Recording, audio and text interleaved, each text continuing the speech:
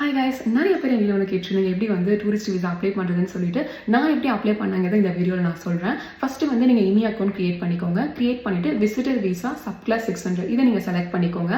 நான் அப்ளை பண்ணும்போது வந்து நான் இந்தியாவில் ஒர்க் பண்ணிட்டு இருந்தனால என் கம்பெனிலேருந்து நான் என்ஓசி கொடுத்தேன். பேங்க் ஸ்டேட்மெண்ட், பேங்க் பேலன்ஸ், அதுக்கப்புறம் வந்து பே ஸ்லிப், அதுக்கப்புறம் ஐடிஆர்.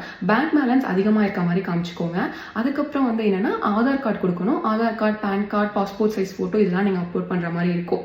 உங்களுக்கு ஆஸ்திரேலியாவில் ஆல்ரெடி யாராவது தெரியும், உங்கள் ரிலேட்டிவ்ஸோ உங்கள் ஃப்ரெண்ட்ஸோ இருக்காங்கன்னா அவங்களோட டாக்குமெண்ட்டையும் நீங்கள் அப்லோட் பண்ணலாம். அது என்னென்ன டாக்குமெண்ட்னா இன்விடேஷன் லெட்டர், அவங்களோட பேங்க் பேலன்ஸ், அவங்களோட பே ஸ்லிப், அவங்களோட விசா இதெல்லாம் நீங்கள் அப்லோட் பண்ணினா கண்டிப்பாக உங்களுக்கு கிடச்சிரும்.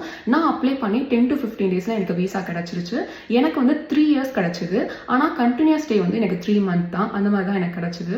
உங்களுக்கு இதெல்லாம் அப்ளை பண்ண தெரியாது, ஆனால் நான் இங்கே வரணும் அப்படின்னு நினச்சிங்க அப்படின்னா நீங்கள் ஏஜென்சி மூலியமாக போகலாம். என் ஃப்ரெண்ட்ஸ் அப்ளை பண்ண ஏஜென்சியோட டீட்டெயில்ஸ் வந்து நான் உங்களுக்கு டிஸ்கிரிப்ஷனில் கொடுக்குறேன். இந்த விசிட்டர் விசா அப்ளை பண்ணுறதுக்கு எவ்வளோ காஸ்ட் ஆகும்னா $195 ஆஸ்திரேலியன் டாலர் ஆகும். உங்களுக்கு வேறு ஏதாவது டவுட் இருந்ததுன்னா எனக்கு டிஎம் பண்ணுங்கள், நான் கண்டிப்பாக ரிப்ளை பண்ணுறேன். உங்களுக்கு இந்த வீடியோ பிடிச்சிருந்ததுன்னா கண்டிப்பாக ஃபாலோ பண்ணிக்கோங்க. Bye guys.